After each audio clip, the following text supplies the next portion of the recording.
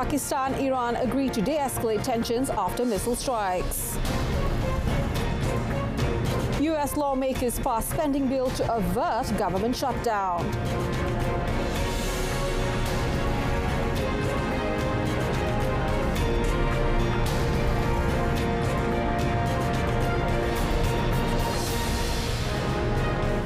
Thank you for joining us. I'm Olivia Nicholas and this is World Today. Pakistan and Iran have agreed to de-escalate tensions after an exchange of missile and drone attacks this week raised fears of further instability in the region. Pakistan's foreign ministry said Minister Jalil Abbas Jilani and his Iranian counterpart Hussein Amir Abdullalani also spoke via phone on Friday, discussing the return of ambassadors of the two countries to their respective capitals. The two foreign ministers agreed that working-level cooperation and close coordination on counter-terrorism and other aspects of mutual concern should also be strengthened. According to a statement from Pakistan's Prime Minister's office, Friday's National Security Review concluded that the two countries would mutually be able to overcome minor irritants through dialogue and diplomacy and pave the way to further deepen the historic relations. However, it also resolved that any attempts to breach the territory of Pakistan will be responded with full might of the state. It also urged Iran to use existing communication channels to address security concerns.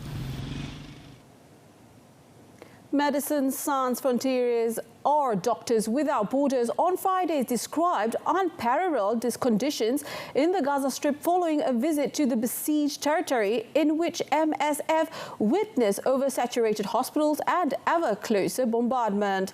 The United Nations has also complained about Israel's systematic refusal to grant access to North Gaza, a problem it says became more acute this month. MSF said shortages of medical personnel and supplies, denial of access by Israel, damage and risk from military activity all made it hugely challenging to treat injuries, provide routine care, prevent the spread of disease and tackle increasing malnutrition. The situation we are witnessing and denouncing in Gaza is unprecedented in many ways, and we've been consistently sharing our observations and findings in our public communications. The combination of a siege on the whole population, systematic attacks against civilians, the civilian population, and against health facilities, the destruction of the health system, and the forced displacement of hundreds of thousands of people with nowhere safe to go is leading to unbearable levels of suffering in the Gaza Strip. MSF said it had not been able to make deliveries of aid to the north of Gaza since November, and requests to access areas throughout the Strip were often denied or left unanswered by Israel. Meanwhile, Gaza residents have been largely without internet and telephone services for a week, and Internet Monitor said today the longest outage since the Israel-Hamas war broke out. Internet services in Gaza Strip have been constantly disrupted throughout the war, with telecom firms blaming Israel bombardment of the besieged territory for the outages. NetBlocks posted on X, formerly Twitter, that the near-total telecoms blackout has now lasted for 168 hours. The United Nations has warned that the blackouts are worsening the Palestinian territory's already dire humanitarian situation. The UN humanitarian agency OCHA said yesterday the blackout of telecommunications prevents people in Gaza from accessing life-saving information or calling for first responders and impedes other forms of humanitarian response.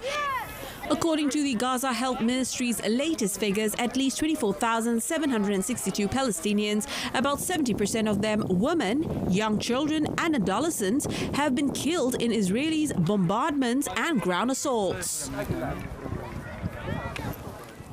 Okay.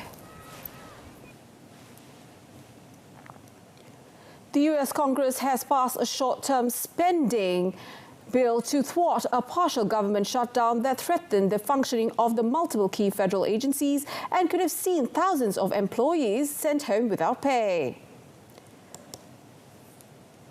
With large sections of the government due to close at the end of Friday, the House of Representatives voted 314 to 108 to keep the lights on for at least another 6 weeks, approving a measure that was previously passed by a Senate vote of 77 to 18. The short-term fix was pitched after negotiation on a full-year budget was stalled by the demands of House Republicans for deep spending cuts, tightened border security and strict immigration curbs before they will consider President Joe Biden's request for $106 billion in supplemental funds, mostly for Ukraine and Israel. For now, services related to agriculture, energy and water, military construction and veterans programs, transport and housing will be funded until the 1st of March. The United States and Mexico on Friday resumed high-level talks on the migration crisis as Republicans stepped up pressure on the Biden administration for tougher measures ahead of this year's presidential election. U.S. Secretary of State Antony Blinken was hosting his Mexican counterpart Alicia Bárcena just 3 weeks after he made his own visit to Mexico. The U.S. Homeland Security Secretary Alejandro Mayorkas and President Joe Biden Homeland Security Advisor Liz Sherwood-Randall were also to take part in the talks held at the State Department. The rapid succession of meetings reflects an effort by Biden to project a firm stance on immigration as Republicans in Congress demand more action to stem the migrant influx, while threatening to cancel U.S. aid for Ukraine's fight against Russian invasion as leverage. Biden says he agrees that the U.S. immigration system is broken and that he's ready to make concessions on toughening up controls at the southern border. However, it is not clear whether right-wing Republicans controlling the party's narrow majority in the House of Representatives will be willing to compromise on their more hardline demands.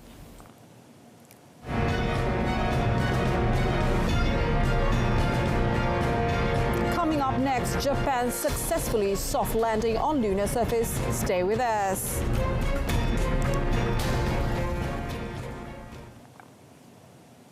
A French court on Friday gave suspended jail sentences to 3 officers in a rare case of police brutality coming to court after a black man suffered irreversible rectal injuries. However, some activists said the police officers had got away lightly. Theo Luhaka was left disabled after suffering several anal injuries from a police baton as well as wounds to his head during a stop and search in the Paris suburb of Aulnay-sous-Bois in 2017. Marc-Antonio Castellian, 34, was found guilty of the truncheon blow that injured Luhaka, received a 12-month suspended prison sentence. His colleagues Jeremy Dulin, 42, and Tony Hocart, 31, received 3-month suspended terms at the end of 10-day trial. Prosecutors had asked for a 3-year jail term for Castellian and 6 and 3 months for Dulin and Hocart, respectively. Castellian's blow ripped the muscles surrounding Luhaka's anus, leaving a wound 10 centimeters deep. But the court rejected the charge of deliberate violence resulting in permanent mutilations or infirmity. The tense courtroom was packed with Luhaka supporters and plainclothes police for the sentencing. Afterwards, Luhaka was greeted with a round of applause while activists held up posters showing the face of people who had died as a result of police violence. Argentina on Friday expelled the wife and children of Ecuadorian fugitive Adolfo Macias. The drug lord known as Fito, as a manhunt for the gangster continues. After the leader of the Fiat Los Choneros gang escaped this month from a prison in Guayaquil, a horrific spate of gang violence erupted in Ecuador, prompting President Daniel Noboa to declare a state of war. Argentine Security Minister Patricia Bullrich said Fito's family members were rounded in an upscale neighborhood in the province of Cordoba. Cordoba official Juan Pablo Quintero said the family's temporary residence permit had been cancelled via a migration resolution that allowed the authorities to detain them and expel them from the country. According to Bullrich, Fito's wife, Inda Mariela Penareta, 48, moved into the neighborhood on the 5th of January, days before her husband's prison break, with 3 children aged 4 to 21 and other members of the gangsters clan. On Friday, the family was placed on an Air Force plane. Hours later, journalists witnessed the plane land at Guayaquil Airport. In response to Fito's escape, Noboa last week imposed a state of emergency and nightly curfew. Actor Alec Baldwin on Friday was indicted by a grand jury in New Mexico for a second time on charges of involuntary manslaughter stemming from the shooting death of cinematographer Halyna Hutchins on the set of the Western film Rust. The indictment comes months after prosecutors dismissed previous charges filed against the actor. Friday's indictment followed an independent forensic test concluding that Baldwin would have had to put the trigger of a revolver he was using in a rehearsal for it to fire the live round that killed Hutchins. The finding was the same as a previous FBI test on the firearm. Baldwin, who starred in the hit NBC television comedy 30 Rock, has denied pulling the trigger and said he was not responsible for Hutchins' death. The single-page indictment filed with the First Judicial District Court in Santa Fe charges Baldwin with involuntary manslaughter under two alternative bases of law, causing a death by negligent use of a firearm and by acting without due caution or circumspection. The movie's chief weapons handler, Hannah Gutierrez, was also charged. She faces a 2024 trial. Japan became only the fifth nation to achieve a soft landing on the moon, but its space agency said that the craft's solar cells were not generating power. With the smart lander for investigating moon SLIM, Japan followed the United States, the Soviet Union, China and most recently India in achieving the feat. Japan's space agency JAXA has already made a pinpoint landing on an asteroid, but the challenge is greater on the moon, where gravity is stronger. JAXA confirmed that the SLIM landed on the moon at 12:20 a.m. on the 20th of January 2024, Japan time, as communication has been established since landing. However, it said the solar cells are not generating power and data acquisition from the lunar surface is given priority. Japan's mission is one of a string of new projects launched in recent years on the back of renewed interest in Earth's natural satellite. Success would restore high-tech Japan's reputation in space after two failed lunar missions and recent rocket failures, including explosions after takeoff. It will also echo the triumph of India's local space program in August, where it became the first to land an uncrewed craft near the moon's largely unexplored South Pole. All now 100%.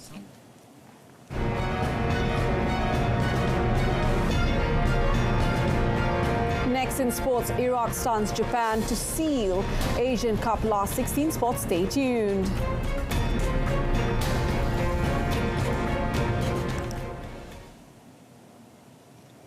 Double shuttlers Aaron Shea and So Woo Ye came to the rescue for Malaysia once again, as the former world champions are the country's sole representatives to advance to the semi-finals of the India Open, which will take place in New Delhi later today.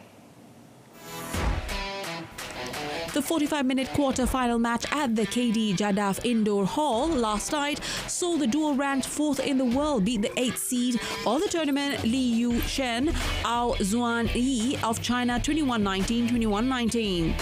Aaron and Woo Yik, bronze medalists at the 2020 Tokyo Olympics, are set to take on Satwik Sairaj, Ranki Reddy, Chirag Shetty from India for a place in the final. Meanwhile, Li Zijia's hopes of clinching his first title this year were dashed when he crashed out in the quarterfinals. Despite a spirited performance, the world number 10 couldn't overcome Japan's Kodai Naroka, falling 13-21, 21-9, 21-16 in 78 minutes. World number 6 Naroka, who is also the 2023 China Masters champion, has consistently proven to be a tough opponent for Zijia, extending his superior head-to-head record to 3-1. In football, Iraq claimed their first victory over Japan in 42 years when they won their Asian Cup Group D encounter 2-1 on Friday to qualify for the knockout stage, thanks to a first-half double from Amin Hussein. Roared on by thousands of Iraqi supporters in the stadium, Iraq got on board inside 5 minutes when Japan goalkeeper Zion Suzuki failed to deal with a cross, parrying the ball straight to Hussein, who headed it into the top corner. Iraq's strategy to unsettle Japan was to stay compact and use their physicality early on, which worked to an extent until the East Asian side began using their pace and finding space on the wings to put crosses into the box. But Iraq doubled their lead on the stroke of halftime when Ahmed Al-Hajjaj skipped past his marker and floated in a cross that was headed home from the point-blank range by Hussein, as Iraqi fans at the Education City Stadium went delirious. Moriyasu made 5 substitutions after the restart, and although Japan had a penalty claim denied after a war check, they did not test the keeper until the 94th minute when the Wataru Endo headed home at the far post from a corner. Iraq's victory propelled them to the top of the group standing with 6 points from the 2 games, while Hajime Moriyasu's side have 3 points. Meanwhile, Iran also booked their pace in the Asian Cup last 16 when they beat Hong Kong 1-0 in a Group C game at the Khalifa International Stadium, where Mehdi Gaedi scored the winner. Iran broke the deadlock in the 24th minute when Milad Mohammadi released Gaedi into the box, where the 25-year-old took his shot from a tight angle and beat the keeper as he guided the ball into the far bottom corner. Iran dominated possession and had several opportunities to extend their lead, but failed to convert their chances as Hong Kong frustrated their more illustrious opponents, much to the disappointment of Iranian coach Amir Ghalenoi. The result moved Iran to 6 points at the top of the group, where they will be guaranteed a top 2 finish. They sit 2 points above the United Arab Emirates, while Palestine are third with 1 point. Hong Kong, who made their return to the Asian Cup after 56 years, are 129 spots below Iran in the ranking, remains winless and are top bottom with no points after losing to UAE in their opener. Iran play UAE on Tuesday in their final group game, which will effectively decide who tops the table and gets a more favourable draw in the knockout stage. Manchester City star striker Erling Haaland was named Globe Soccer's Best Player of the Year at the 14th annual edition of the awards ceremony in Dubai last night. Manchester City dominated proceedings with Ederson, Rodri and Pep Guardiola picking up the awards for the best goalkeeper, best midfielder and best head coach, respectively, while the treble winners were also named the best men's club. City chairman and UAE native Khaldoon Al Mubarak also received the award for best club president. Haaland, who scored 52 goals across all competitions in his record-breaking debut season in English football, had previously been unlucky to lose out to Lionel Messi in the Ballon d'Or and the best FIBA men's player voting. Cristiano Ronaldo, meanwhile, was named best Middle East player and fans' favourite player, as well as collecting the Maradona Award for the top goal scorer of 2023. I can just usher you back over there. This is the In tennis, French 20th seed Adrian Manarino defeated American 6th seed Ben Shelton 7-6, 1-6, 6-7, 6-3, 6-4 at the Australian Open in Melbourne on Friday, and will now take on world number 1 and defending champion Novak Djokovic in the 4th round. Manarino, 35, has only reached the 4th round once before in Australia when he lost to eventual champion Rafael Nadal in 2022. Meanwhile, 5th seed Andrei Rublev took just under 2 hours to beat American 29th seed Sebastian Korda 6-2, 7-6, 6-4. The Russian will now face Australian 10th seed Alex de Minaur in the 4th round. Russian qualifier Maria Timofeeva reached the 4th round after a 7-6, 6-3 win over the 10th seed Beatriz Haddad Maia from Brazil. Timofeeva, ranked 170 in the world, defeated former champion Karolina Wozniacki in the previous round, and the 20-year-old will face Marta Kuskot of Ukraine in the 4th round. The final match of the day, which finished at 12:40 local time today, but still 3 hours earlier than Medvedev's win the previous day, saw 9th seed and 2021 French Open champion Barbora Krejcikova of the Czech Republic come from a set down to defeat Australian Storm Hunter 4-6, 7-5, 6-3. She will next take on 16-year-old Russian Mira Andreeva.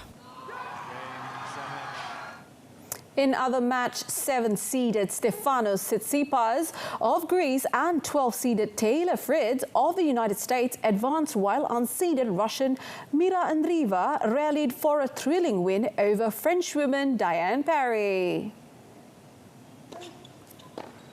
Tsitsipas completed his 6-3, 6-love, 6-4 win over France's Luca Van Ache in just over 2 hours. A major serving disparity was a key to the match. Tsitsipas had a 12-1 edge in aces while Van Ache committed the contest only 5 double faults. Tsitsipas also saved 8 of 9 break points while converting on a 6 of 8 break opportunities. Meanwhile, Fritz downed Hungary's Fabian Marozsan 3-6, 6-4, 6-2, 6-2. Marozsan committed twice as many unforced errors as Fritz, 48-24, while Fritz compiled a 53-37 edge in winners. 16-year-old Andreeva went down 5-1 in third set before mounting a wild comeback, and that saw her serving for the match before Perry broke to force a tiebreaker. Andreeva was up to the task, clinching a 1-6, 6-1, 7-6 victory to advance to the round of 16.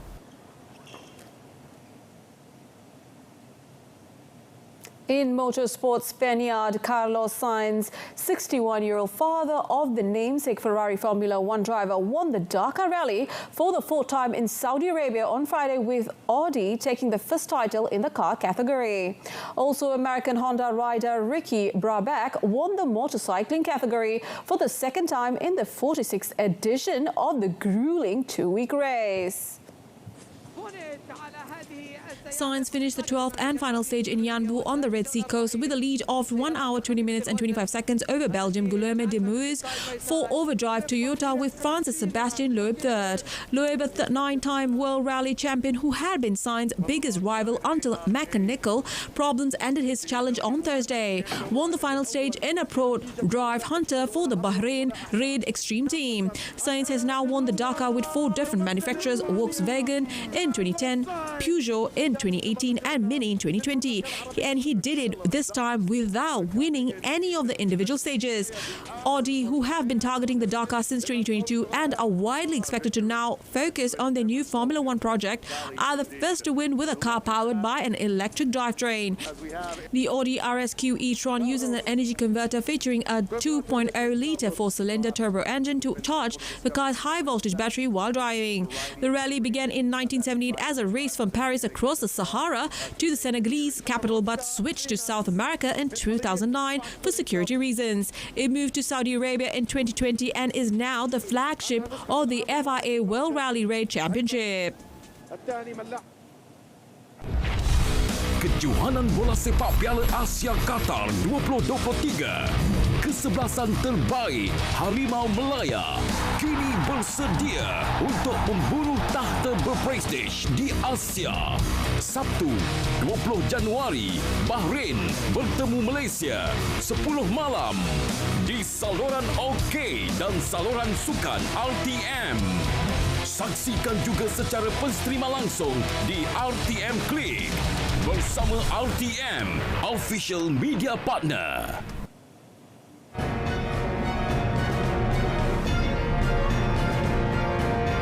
Still to come, thousands of matchsticks turned into works of art. That and more in our Offbeat segment this week.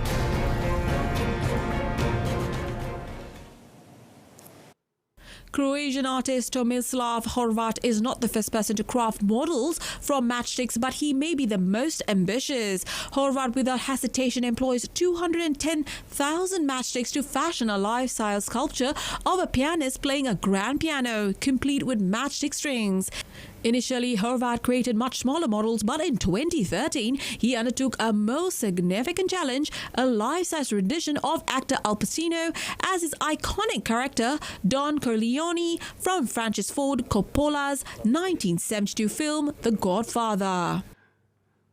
Pošto sam prvo radio makete od šibica, jedno vrijeme imaginarne, jednostavno sam se zasitio toga i htio sam neki veći izazov i tako sam zapravo krenuo sa izradom skulptura, s time da je moja prva skulptura bila Kum po istoimenoj filmskoj trilogiji Kum. To support sculptures on such a scale, he fashions a supporting structure from pere mache or wood. The pianist marks his second work on a grand scale, followed A Desperate Man, a thematic collection using 54,000 matches that took a year and a half to complete. Horvat has showcased his works in galleries throughout Croatia, including the capital, Zagreb, but as of now, they are not available for purchase. A doll's house made for the British monarchs, the largest in the world according to the Britain's Royal Collection, marks its centenary with a special exhibition throughout 2024 beginning Thursday at Windsor Castle. The 1/12 scale building is equipped with the usual possessions of a monarch, such as a throne and crown jewels, as well as more ordinary implements like sewing machine and a vacuum cleaner. The design was of the home of a contemporary royal family of the 1920s, blending grandeur and domestic life with running water, working electric lights and elevators. Although it was initially proposed as a gift for Queen Mary, wife of King George V, the great-grandparents of King Charles, it eventually became a showcase for the skill of British craftsmanship. Companies contributed scale models of their own products to the house, and items such as the Singer sewing machine, Hoover vacuum cleaner and Broadwood grand piano have been put on a special exhibition at the castle. The completed house was the product of 250 craftspeople and manufacturers, 60 artist decorators, 700 artists, 600 writers and 500 donors. In a remarkable demonstration of skill and audacity, renowned mountain biker and YouTube star Fabio Witmer has successfully tackled the treacherous slopes of Kitzbühel's legendary strive, pushing the boundaries of what is possible on two wheels. Witmer, an East Tyrolean native, fulfilled a long-cherished dream as he descended the iconic strive with his mountain bike reaching breakneck speeds at 107 kilometers per hour. Executing drop jumps with a vertical ascent of 14 meters and soaring to a maximum jump distance of 36 meters, he showcased his unparalleled expertise and indomitable spirit. The Strive, a notorious downhill ski racing course revered for its challenging sections, proved to be a formidable adversary even for a seasoned rider like Witmer. Months of meticulous preparation preceded his extraordinary feat. Witmer's freestyle triumph on one of the world's most formidable downhill courses was captured on video for his YouTube channel. In the footage, he is seen executing a massive backflip from the top of the start gate, landing right onto the icy and snowy piste and skillfully continuing his descent.